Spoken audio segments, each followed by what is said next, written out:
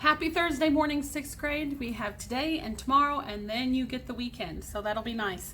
Don't forget, tomorrow you will have pickup to drop off all of the work that you have been doing this week and to pick up your work for next week.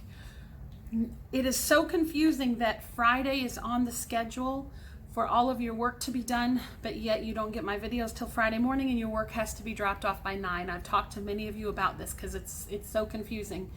If you don't get your Friday work done, which you most likely won't since you don't have my instruction, don't worry about doing Friday's work until you get my video, and you can turn that in the following week instead of on this Friday. I hope that makes a little more sense. So just hang on to Friday's work until the following week so that you have time to finish it on Friday before your mom or your grandmother or your dad has to take your work in Friday morning. So please don't worry about that.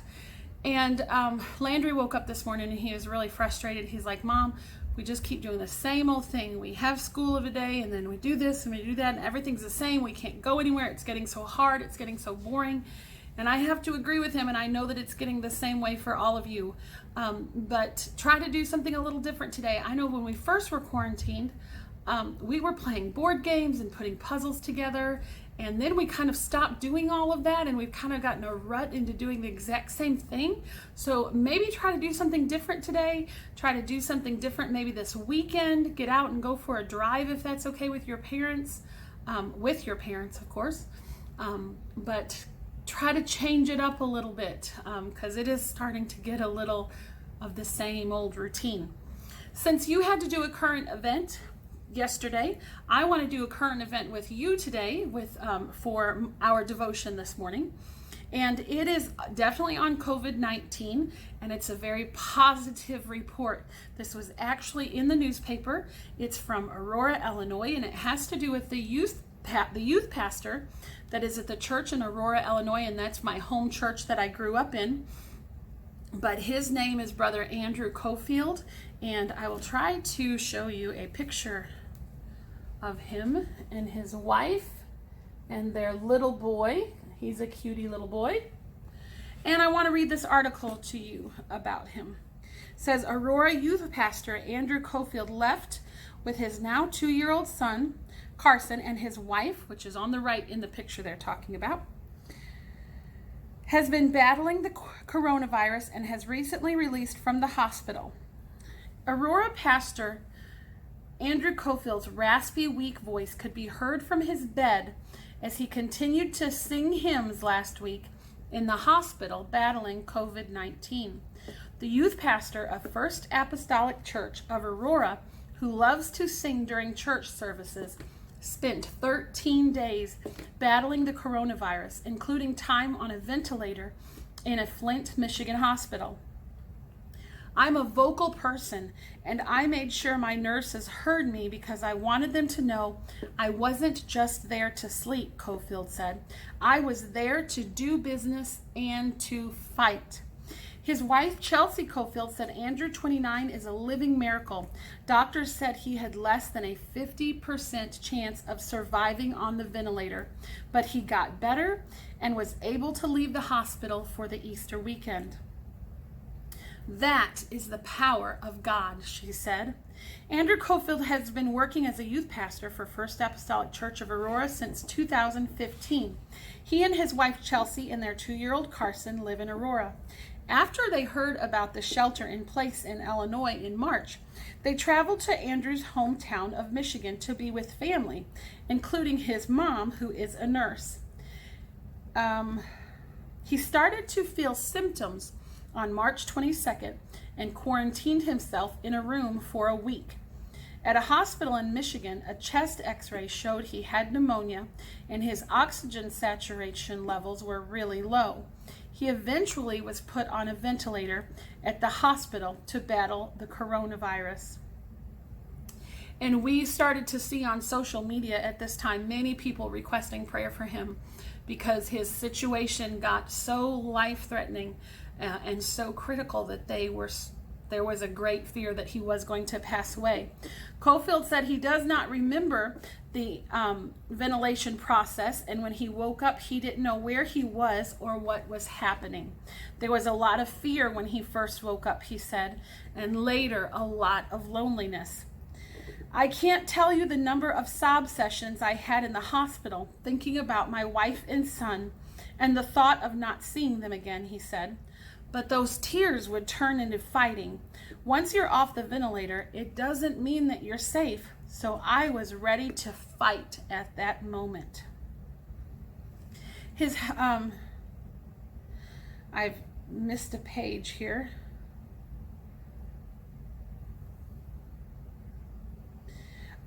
His health improved enough, though, that he left the hospital and returned to the family home in Michigan on Thursday, where he was greeted by nieces and nephews who had made signs welcoming him home. The family was able to go outside and have a small Easter egg hunt for their little boy. His wife said the worst part was for her was when Andrew was in the hospital alone and she could not visit him. She would count down to when she could call the nurses again to see how he was doing. It was days filled with lots of anxiety and stress. Andrew Cofield credits his recovery to the power of prayer and said there is no way to describe what this experience did to his faith. He hopes to return to Aurora by the end of the week, depending on how a doctor's appointment goes on Tuesday. Andrew says that once he is fully recovered, he plans to share his story with church members and hopes it will uplift people in the community. He is considering writing a book about his experience. I just hope whatever pandemic people go through in their lives, I want them to know that miracles do happen. It was a dark time for me, and a shadow cast over my hospital room created a piece of sunshine, he said. There was always a reason. I don't know why God spared me, but I am so thankful that he did. Excellent story of the healing power of Jesus Christ. So that's my current event for this week. And let's bow our heads and pray over this day and pray that we can concentrate today and that this time doesn't have to be a time of absolute boringness, but a good time as well. So let's bow our heads. Jesus, I love you today, and I thank you that we're here on Thursday. We're getting closer to the end of our week. Lord, I pray as our life is becoming kind of monotonous and so routine and the same, Lord, that you will put your peaceful presence in our homes and in our schoolwork today. Lord, help us to do the best and be the best that we can be. Lord, I ask again, as always, that you keep my 6th graders and their families safe and healthy. I thank you, Lord, for the miracle that you gave Brother Cofield. I thank you that you have brought him through this and given him such a testimony. I love you today, Lord. You have been so good to us. In Jesus' name, amen. Amen. And I will see you in math class. We're going to start out math class today with a couple Speedy Sams, and I am going to go a little speedy, so try to catch up. 9 plus 7 plus 5 plus 8 plus 4 plus 3 plus 2 equals, woo, that was pretty fast. I hope I heard you shout out 38. A little bit tougher on this one. 72 divided by 8 times 9 divided by 9 plus 11 divided by 4 times 5 plus 5 divided by 6 equals. And I hope Carson shouted out 5. That one is 5. Let's do one with a bunch of pluses. Again, 5 plus 5 plus 6 plus 4 plus 2 plus 8 plus 4 plus 1 plus 5 equals. Woo, fast. And I hope you're shouting out, the number is 40. The answer is 40. Let's do one more. Let me mix it up a little bit. Oh, let's not mix it up that much. All right, this one gets to be a big number. Let's see how you do. 10 plus 12 plus 0 plus 1 plus 14 plus 9 plus 12 times 100 equals. Ooh. Give you a minute to think. Your answer is 5,800. I don't think we've ever had a speed drill with that high of a number. So I hope you got those correct. If you did, you are certainly a speedy Sam because I went fast this morning. All right, yesterday's work, we were measuring angles. I hope you did pretty well on that work. I hope it wasn't too difficult for you. Today, we're actually constructing angles. And I like constructing angles. I think you're gonna enjoy it. It's not that difficult. Just have to remember to use the correct side of your scale. I'm opened up to page 235, but I'm gonna kind of teach on my own for a minute before we go over the yellow box. So if you don't want to look at your book, if you just want to follow along with me, I think it could be more helpful to you when you actually do your work today. So I'm going to draw an angle of 65 degrees. I have nothing on my board. I have nothing on my paper. So what I want to show you today is how to make an angle from nothing. So I'm going to take my straight edge. If you would rather use a ruler instead of the straight side of your protractor, you can. That's up to you. I do want them nice and straight though on your work and not free-handed. So I'm going to draw me a straight line, oops, except for that little piece there at the end. It does not matter if what direction your line goes for, let's just make it kind of crazy. I could have my first straight edge going up this way if I wanted to, just as long as I have a straight edge.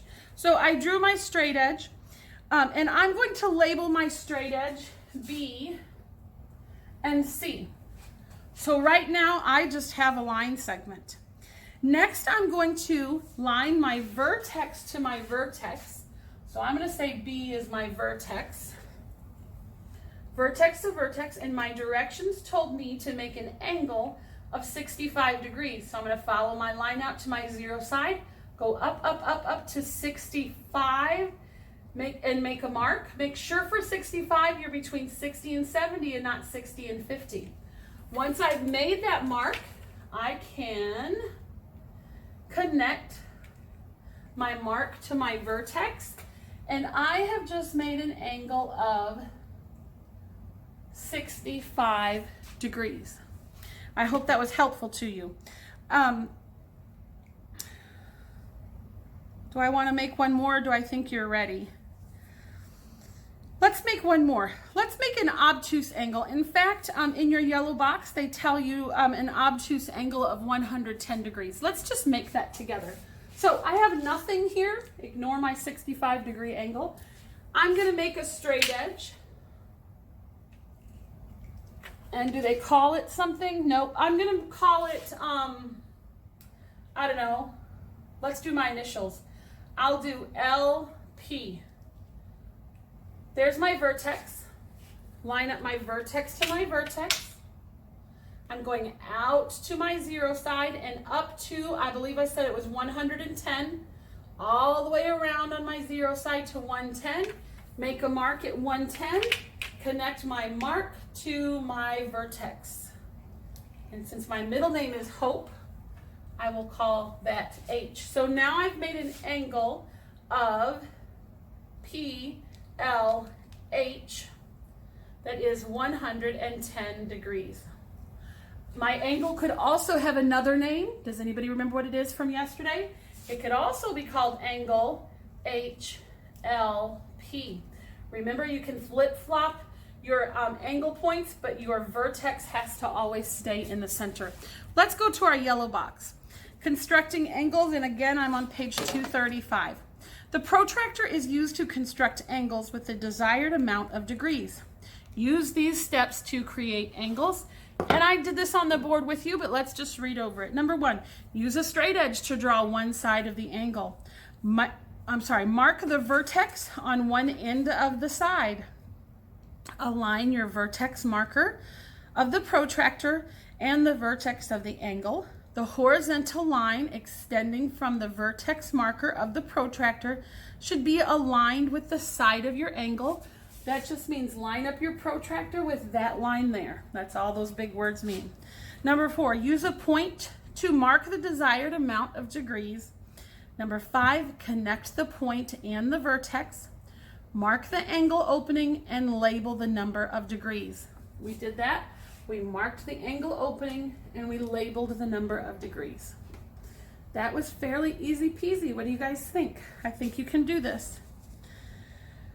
Let's go on down to class practice. And I believe I said on your syllabus that I would tell you, as always, what I want done in your book and what I want done on paper. Let me erase this real quick. Give myself a clean board here. So number 1 says, complete these angles by drawing to the stated number of degrees. The point marks the vertex.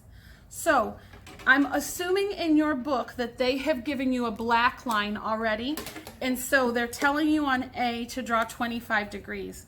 So let's just do all of A, B, and C in your book and not on paper. So let's do these together before you move on. So I'm going to draw kind of what they have on here for you. See how far over I can go. So they've given me a point and a line, and this is A. And B is going kind of up this way with a vertex and a line, and this is B. And how is C looking? Oh, C is just, I'm going to do C down here, going straight across. Okay, let's do these together. So on A, it's telling me that it wants me to draw an angle of 25 degrees. Get your protractor, line your vertex on your vertex, following my horizontal line out to my 0. All right, sorry, you're gonna get double of this. I'm gonna line my vertex to my vertex, following my horizontal line out to my 0, going up to, and now I don't remember what it said, 25. I've already made a mark there. Going up to 25. Actually, I think that's a little more like 25. Now I'm ready to connect my line to my vertex. And then I believe my directions told me to mark my angle and show my degrees. So that is how you're going to do A. Next, we're going to B over here with this line, and they said that my angle is supposed to be 130 degrees. Can anyone tell me what type of angle 130 degree is? Let me hear it. It is an obtuse angle. What type of angle was this one? An acute angle. So 130, following out my horizontal line to 0, going all the way up and over to 130, making a mark, connecting my marks, and now I'm going to mark my angle and add my degrees. 130 degrees. And C, what type of an angle are they telling us to do on C? It's 90 degrees. It's going to be a, I hope you all said right angle. Vertex to vertex, horizontal line out to 0, following it up to 90. And I'm going to splice right through my C here to put. And next I'm going to mark my angle, this time not with the curved line, but with the box of 90 degrees. So that is A, B, and C, and that needs to be done in your book. Let's go down to number 2 after I erase my board. Number 2 says, construct angles having these degrees. Both rays of the angles must be drawn.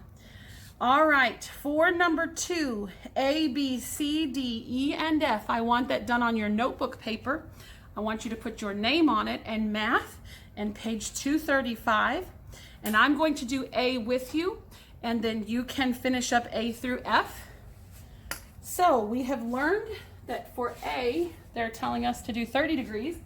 We know we have to make, so this would be A on your notebook paper. Make a straight line. It doesn't matter what direction it goes. Line vertex to vertex, horizontal line to my 0, going up to 30, making a mark. And there we go, marking my angle as 30 degrees. I hope everybody's comfortable with this by now, because I think it's pretty easy and it's fun. So you're going to do A through F on your paper. Now, going down to number 3, you can pause me while you do that. We're going down to number 3. Here they have the angles for you. You're not drawing them. All you're doing is measuring them. And you should be a pro at that by now. So on your notebook paper, put number 3, A, B, and C. Measure your angles and give me the degrees. But the second part of your directions say, label as acute or obtuse. So tell me next to your degree if it's acute or if it's obtuse. And if you cannot remember how to do, or which is which, look that up in your book. Give you a second to work on those while I look at my syllabus.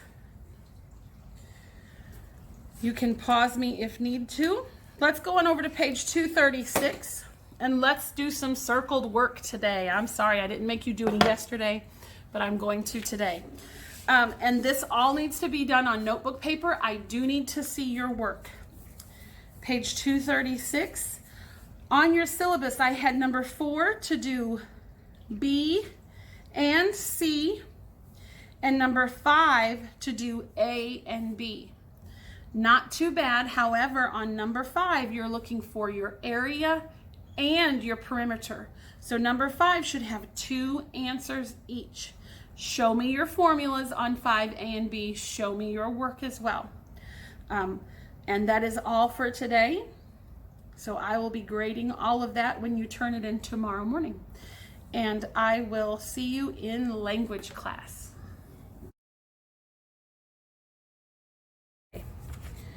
6th grade, we are now in language, and of course we're still talking about adjectives. And I hope one of you won the prize that we did yesterday. I am actually recording this early, so I don't know who's won the prize yet. But as soon as I find out who's won it, I will tell everybody. So remember, let's just briefly go over adjectives. Our adjectives are words that modify a noun or a pronoun. They answer the questions: which one, what kind, how many, how much, or whose. And this is the important thing about adjectives. One of the important things. Possessive nouns and possessive pronouns are called adjectives when they come where? When they come before the noun. And I'm rereading page 189, the yellow box. They always answer the question whose. I'm going to say that again while you're finding your spot. Possessive nouns and possessive pronouns are called adjectives when they come before the noun. Going on down to the next black bold print. This, that, these, those, whose, which, what, and other words which function as pronouns can also be adjectives when they come before nouns. So as I told you yesterday, you have to get out that magnifying glass to decipher what position the word is playing in your sentence. Today we're going over to page 191. Adjectives in disguise. I'm at the blue box at the top, and I just want to delve right into our work today. So follow along in the blue box with me. Some words that look like verbs are used as adjectives, therefore they are in disguise. However, they will have the following characteristics which you can look for. Number 1, the word will have a verb ending. For example, ing, ed, en, or t, but it will not have a helper.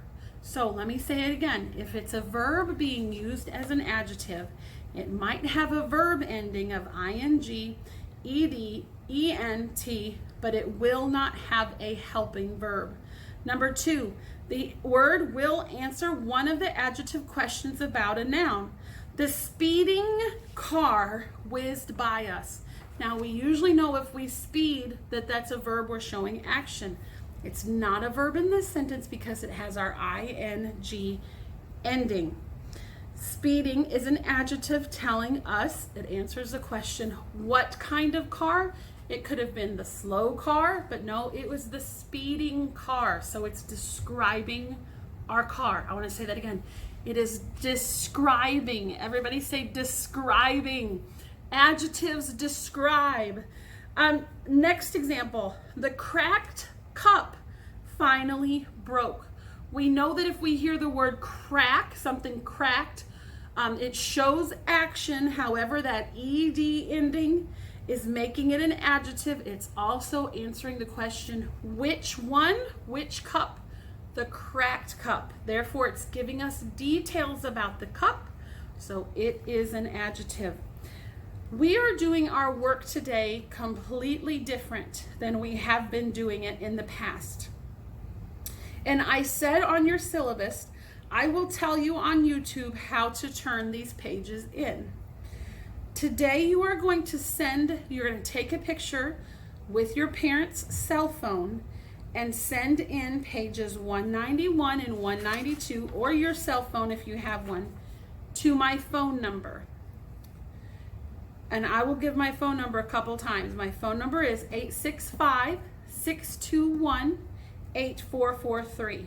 Again, I want you to do pages 191 and 192, take a picture of them, and send them to my phone number. We won't do that often, but I just did not want you to do all of this writing on notebook paper. I didn't want you to take up your time with that. So that's how we're doing it today. Let's start on 191. Think. It says underline each adjective in the following sentences. Number 1, the singer's booming voice was supported by a full orchestra.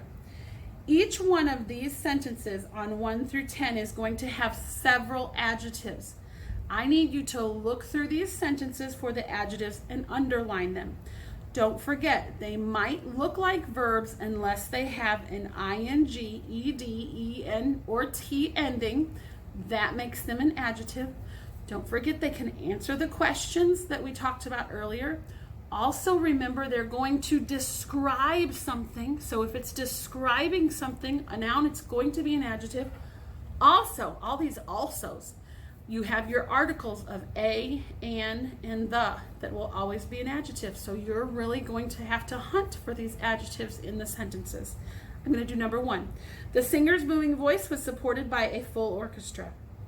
The very first word is an article of the, therefore we know it is an adjective. Singers. Now, a singer is usually a noun. However, it's describing voice. Whose voice? The singer's voice. So here, singers being a descriptive word, so it's going to be an adjective. Now, the word booming matches our blue box. It has an ing ending. So what is it making booming? It's making it an adjective. Voice is our noun there. Was supported is our verb. By, of course, is a preposition. So do we have any other adjectives in this sentence? Yes, we do. The article a is always an adjective. And full. Does full have a job in this sentence? Is it describing orchestra? Yes, it is. What kind of orchestra? A full orchestra. Then full is also an adjective. So in number 1, you should have underlined the singer's booming a full. I hope that's helpful. I need you to do 2 through 10.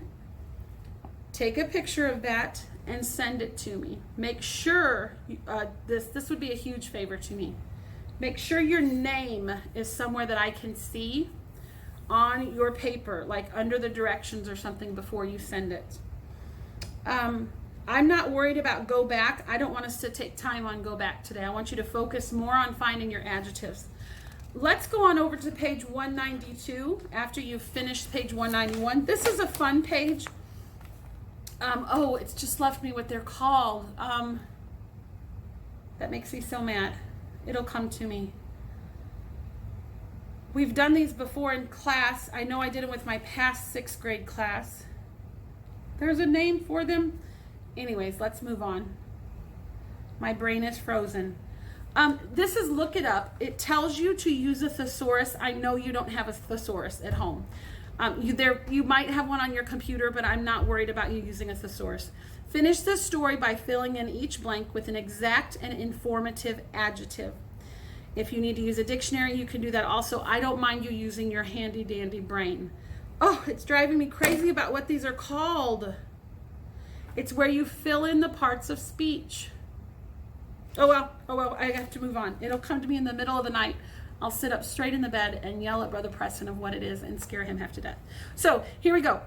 The company hired a group of blank divers to find the blank treasure. Now, you can tell down here by your picture that we're talking about buried treasure. It looks like under the sea. So, what type of divers would they usually hire? This is not an incorrect or a correct sort of thing. It's just whatever you want to use in your imagination.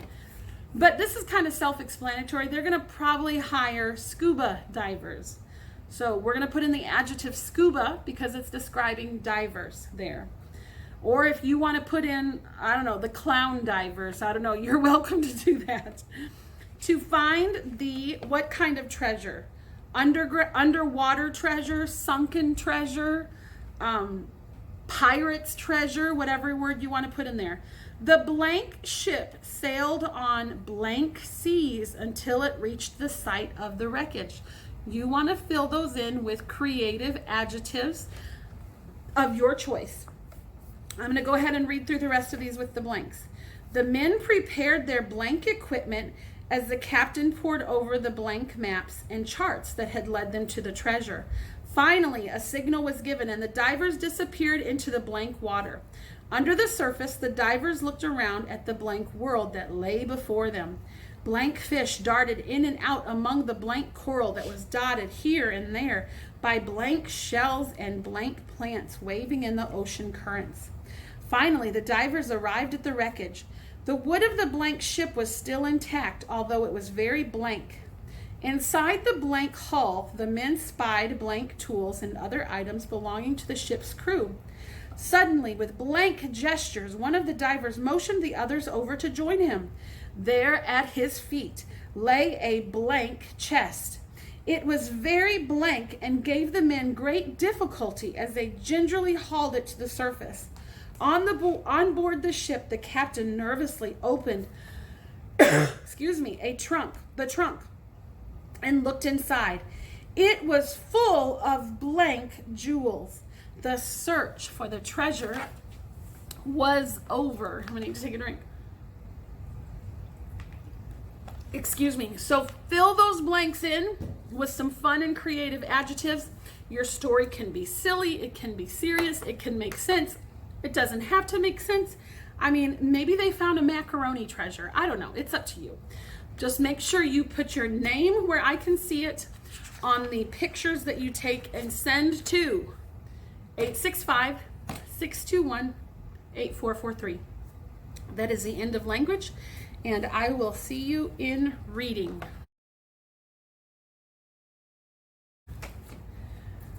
Yesterday, 6th grade, I noticed that I did not read page 84 aloud to you. That was on your syllabus yesterday, and I did aloud reading, and I did not read that aloud with you. So if you did not read that on your own yesterday, go ahead and catch up on that for me on your own.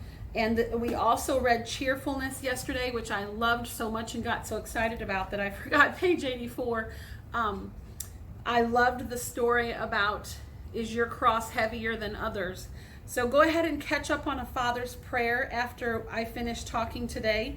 But today I'm going on over to page 85, Wit and Wisdom by Mark Twain. I really like these little sentences. They're kind of like, I don't know, life rules that you can follow that sometimes your grandparents say a lot of these to you. But some of them are a little unusual that we haven't really heard before. But follow along with me as I read. I'm at the top of 85, Wit and Wisdom by Mark Twain. Meet the author. Samuel Clemens, who is better known as Mark Twain is one of America's most famous writers. Mr. Clemens spent his boyhood along the Mississippi River in the small town of Hannibal, Missouri. Hannibal became famous to people around the world as the setting for Twain's novels of boyhood memories, Tom Sawyer and Huckleberry Finn. If you haven't read those, they are such fun books to read. Mark Twain is well known for his story like the celebrated jumping frog of Calaveras County. Here are some examples of Mark Twain's wit and wisdom. This one's a good one. It's better to keep your mouth shut and appear stupid than to open it and remove all doubt. So let's explain this one. I don't have time to explain all of them, although I'd love to.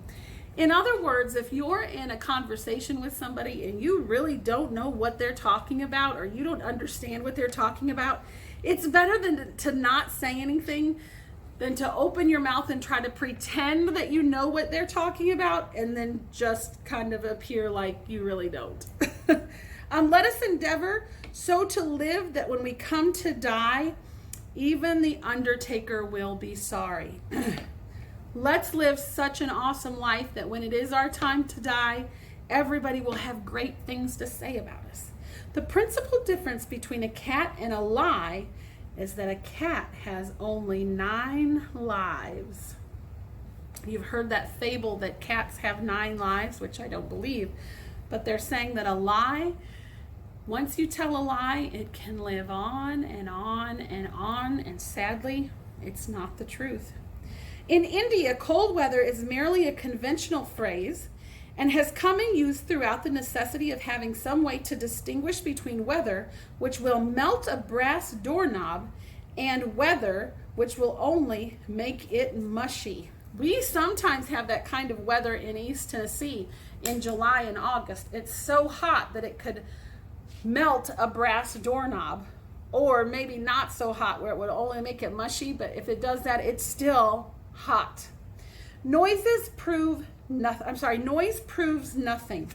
Often a hen who has merely laid an egg cackles as if she has laid an asteroid. Oh my, there's a picture of a hen laying an asteroid.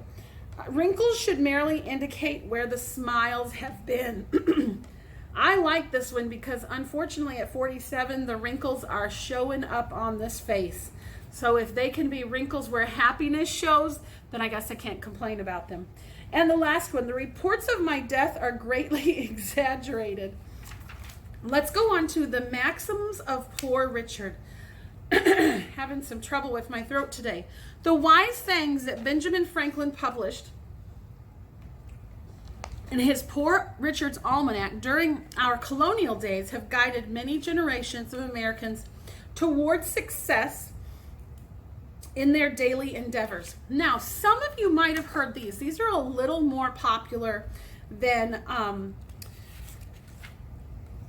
Mark Twain's quotes. Little strokes fell great oaks. Actually, they've illustrated that one. It means if you keep working and working and working and working and working at something, it's eventually going to lead to something great. So no matter how many times you have to hit that great oak with the axe, you're eventually going to be able to knock it over. I like this one. God helps them that help themselves. The sleeping fox catches no poultry. I don't want to describe all of these because as it says on your syllabus, it says, choose 2 sayings from page 86 and describe what they mean. So if I describe too many of them, then you won't have enough to choose from. The sleeping fox catches no poultry. And if you're confused on some of these, you are welcome to ask for help from your parents. He that rises late must trot all day. That is a good one. There are no gains without pains. Diligence is the mother of good luck. 1 today is worth 2 tomorrows. Be ashamed to catch yourself idle. Idle means lazy. If you would have your business done, go. If not, send. I like this one, and if you think about it, I think it's one of them that you can describe. Think of saving as well as of getting. I'm going to say that again.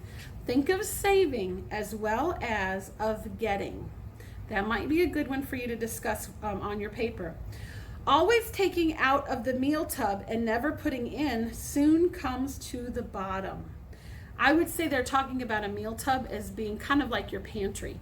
Always taking it out of your pantry and never putting anything back in. What's going to eventually happen to your pantry?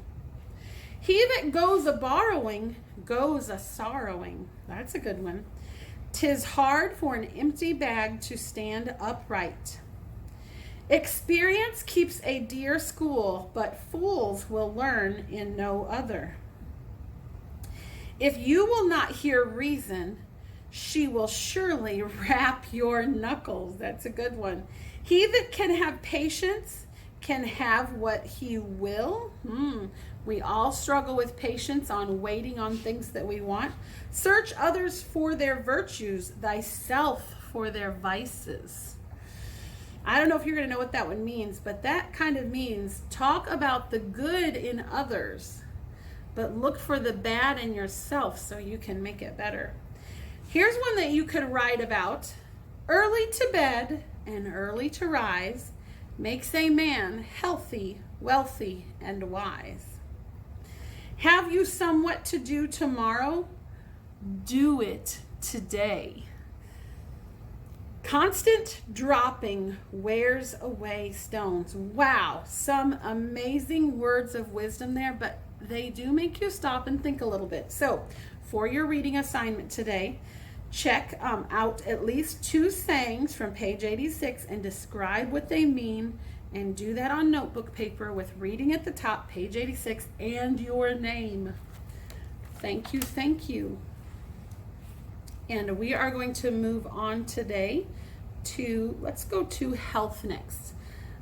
We might have health and history in one video, so let's go to health next though. Clark, this is the last video for Thursday. It's a combination of health and history.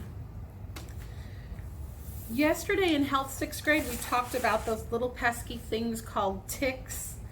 And we left off in health on page 36 at the very, very bottom. And today you're doing reading on your own in health, and you're picking up at the bottom of page 36 and reading over to page 39. Go ahead and stop on page 39 at cold weather crisis, and we will read that on Friday together. So stop there at cold weather crisis. And that's on your own health for today. And we are going to move right into history next. So go ahead and get out your history book. One thing that I wanted to talk about in history, and that I didn't because you did on your own reading that day, was the Great Depression. Wow, that was such, I'm going to go back and talk about that just because I want to. So I'm going to talk about the Great Depression, which is on page 225. The Great Depression was one of the just most difficult times in our world's history. It was from 1929 to 1939. And to have heard people talk about it, it is a little similar to what we're going through today. There's a lot of similarities to it, actually. The Great Depression, the world, right before the Great Depression, things were going really well. Things were being invented. People were very prosperous in their jobs. And all of a sudden, just it all took a turn for the worse. And that's kind of how it feels with this situation that we're going through. I'm very thankful to say that I think most of our families in our area are not being hindered in a huge way around here, but yet in other states and cities of the United States, there's really some great financial crisis going on because of people losing their jobs. And that's exactly what happened in the Great Depression. Millions of United States citizens suffered. However, this is the part that I love, their spirits were good, and families and individuals worked together to make the best of what they had. And that's what I think is so similar to this time, because we are all quarantined together in our home with our families. I know many of your parents are working from home. I know all of you are doing school at home, and it is causing us to have to work together and get along with one another and make it a success. And I think that that was very similar to the Great Depression. Some of the stories, though, that I've heard about the Great Depression are so heartwarming. Some of them are very, very sad. Some of the great millionaires of our time lost their millions of dollars, and they thought there was no hope without their money. And sadly, many of those people took their own lives because they felt there was no hope without money. But I'm thankful to say that we know better. We know there's always hope in God. Money or no money, we know we have hope in Jesus Christ. But one story that I remember hearing about the Great Depression, and then I'm going to move on. I have a bunch of them, but I have to move on because we're not even on the Great Depression anymore. But one story that I love hearing is that there was a family and they were running very low on groceries. One thing that was huge during the Great Depression is at that time people still had gardens and still had livestock at their homes. They couldn't just run out to Walmart and get what they needed. So they grew it at their own home or took care of it, raised cattle, raised chickens, whatever. But this family had gotten to the point where they had eaten almost everything that they had grown. They were really running out of food. And the mother had a young baby, and they were completely out of milk. And so she said, Lord, I don't know what else to do. We have come to the end of our provision, and I just have to put it in your hands. There's nothing else I can do. And so she went to bed that night and just put it in the Lord's hands, because she's, there's just no other way to fix it. Sometimes we have situations in our life, we can't fix it anymore. The only fix is to put it in God's hands. And that's what she did. So here I go, preaching again. I know you guys get tired of my preaching. But, so anyways, she woke up the next morning laying in bed thinking, how am I going to give milk to my baby? How am I going to, give milk for my growing children? And all of a sudden she heard a noise in the yard. And she opened her window and looked out into the yard. And right outside of her front door was a huge cow. And the cow was bellowing. I don't know if any of you live in the country, but we do have some cows very close to our house. And sometimes early in the morning, they bellow. It's like the most awful noise. But the reason why they're bellowing is because they need somebody to milk them. And they're miserable and they need somebody to relieve that. And so she asked her neighbors, does this cow belong to you? Nobody knew where that cow came from, and that cow stayed there in their yard until the end of the Great Depression. And guess what it provided for her family, for her children? It provided milk. Guess what else it could provide? It could provide cheese. It could provide butter, because all of that could be made from milk. But that's a true story from the Great Depression. And guess who sent that big cow to her yard? I know that it was God, because he sees all of our needs, doesn't he? And he provides them when we ask. So I'm moving on. I have to. I'm already taking up too much of your time. We're going over to page 228. Today we're going to start talking about the world, in a sense, between the two wars. We talked about World War I last week. This week we're going to start on World War II, but we had a little of a time lapse between the two world wars. But even though it was a time between, the pressure was mounting, and you could feel the tensions and kind of know that World War II was coming. Let's go ahead and just start our reading, page 228. The world between the wars. We do have some highlighting, so make sure you have something out to highlight with. The United States was not the only country to suffer from the Great Depression.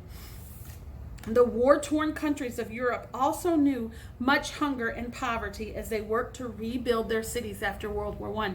So another way that the Great Depression is similar to COVID-19, it's not just the U.S. going through it, but it's the whole world, just like it was with the Great Depression. Having forgotten God, the people of Russia, Germany, and Italy became more powerful, even if by war. Eager to see better times, many people believed the promises of prosperity the promises of prosperity that these men made. New forms of government came to power. Dictators were, highlight all the way down to the end of this paragraph. Dictators were people who rule by force and do not allow their subjects any freedoms, took control in Russia, Germany, and Italy. And when I say they took control, I mean they took control. Keep highlighting. In Japan, which had been ruled by an emperor for many years, military leaders became more and more powerful. Down to our next section, Russia and communism. And I wish we were all together because I always love your feedback on all this, because so many of you know so much about all of this already that I love to discuss it with you. But I'm having to discuss it by myself, which is not any fun. In 1917, a year before the end of World War I, the Communist Party took control of Russia. Under the leadership of Vladimir Lenin, they built a cruel empire called the Soviet Union. That threatened to take control of many other countries too. In a free country, people can own their own businesses, homes, and lands. When communism takes over a country, the government takes these things from the people and claims then to own them. So they take your belongings from you and say, you no longer own your home, you no longer own your farm or your land. We, the communists, now own it. The people must work for the communist government or suffer great loss. If you stand up for yourself and say, no, you're not, you are most likely going to be put in jail. You need to highlight from Vladimir all the way down to government or suffer great losses. Get that whole little section there highlighted for me. And then stop at losses. Although the people in the Soviet Union were allowed to vote, they usually had only one candidate to vote for, the communist candidate. If you only had one person to vote for, what's the point of voting? The Communist Party allowed no freedom of speech, press, or religion. No freedom. In 1929, Joseph Stalin became the communist dictator of the Soviet Union. Stalin was one of the cruelest dictators the world has ever known, eliminating by force and terror anyone who opposed him. What do you think I mean, or your book means, by eliminating? It means killing them. If you were against him, you did not live. He had millions of his own people either executed or sent to concentration camps in Siberia. Siberia was a part of Russia that very little life lived there because it was so cold. It was called the tundra. I can't remember if we talked about the tundra at the very beginning of history. I think you did that with Sister Kelly in 5th grade. A cold, icy place. And that was in Siberia. In 1939, he made an agreement with Adolf Hitler, the dictator of Germany, to help the Germans if Germany went to war.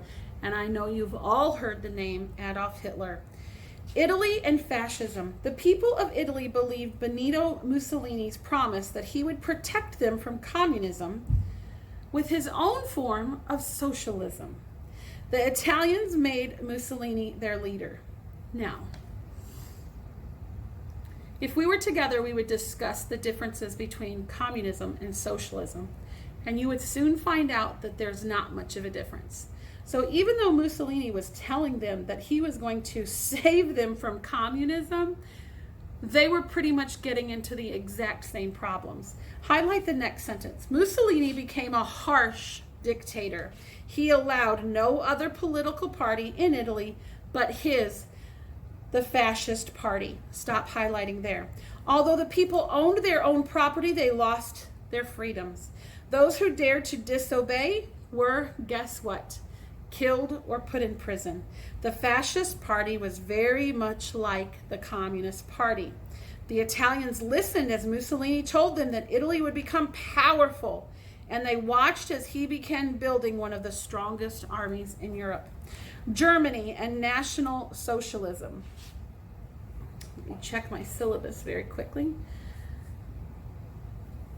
The German people, impoverished,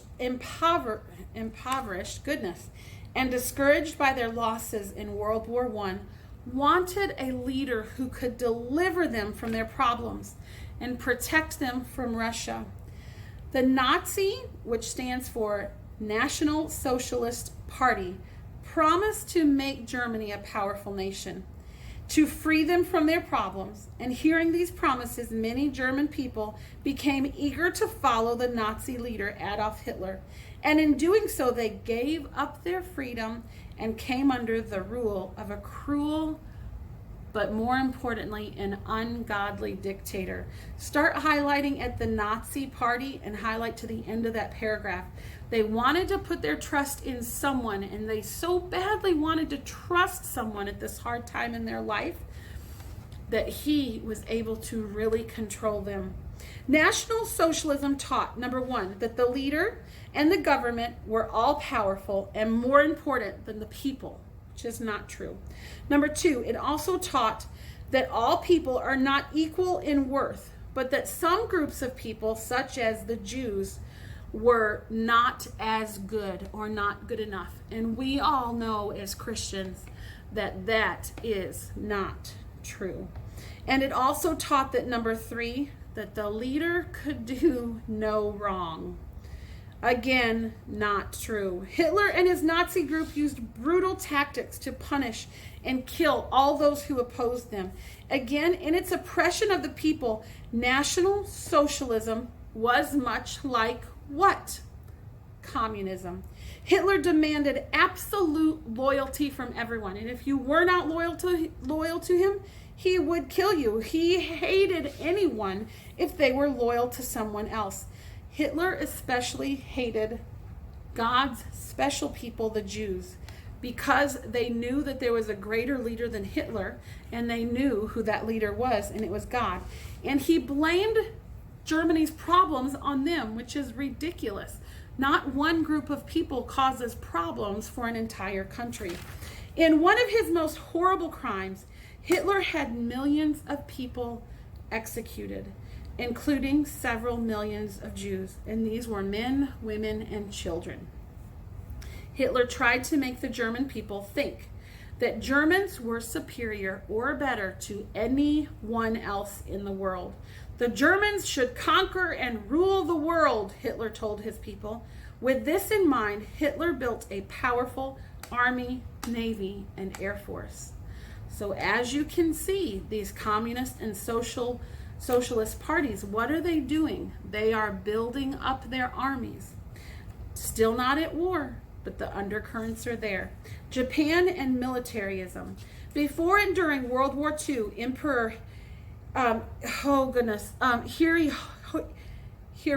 Hirohito ruled Japan. Japan had a very powerful army and navy.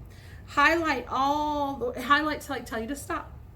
But as military leaders, especially a general named Tojo, became more powerful than the emperor, Hirohito had no choice but to go along with their wishes and stop highlighting there. Since militarism ruled, Japan's military leaders planned to conquer and rule Asia and began attacking China as early as 1931. And so begins some bigger problems. And on your syllabus, it says that you are to do Comp Check 13A, numbers 1 through 5 on notebook paper. You will have one answer on each of those. Please put first and last names for me of those people. Also make sure your name is on your paper and that it says history, page 230. And that is your last class of the day. Tomorrow is Friday. And even though some of you won't be doing your Friday work until the following week, I will go ahead and post a video in the morning in case you want to go ahead and get started on that. So I will see you tomorrow. Have a wonderful evening, and hopefully tomorrow I will be able to tell you the winner of our adjective bag. So I should have a winner by then. And I am missing reading How to Eat Fried Worms, and I'm still enjoying that ending where he got so hooked on worms that he couldn't stop eating them. But it just kind of makes my stomach hurt to think of it. But everybody have a great afternoon. Have a good night. I will see you back in my basement tomorrow.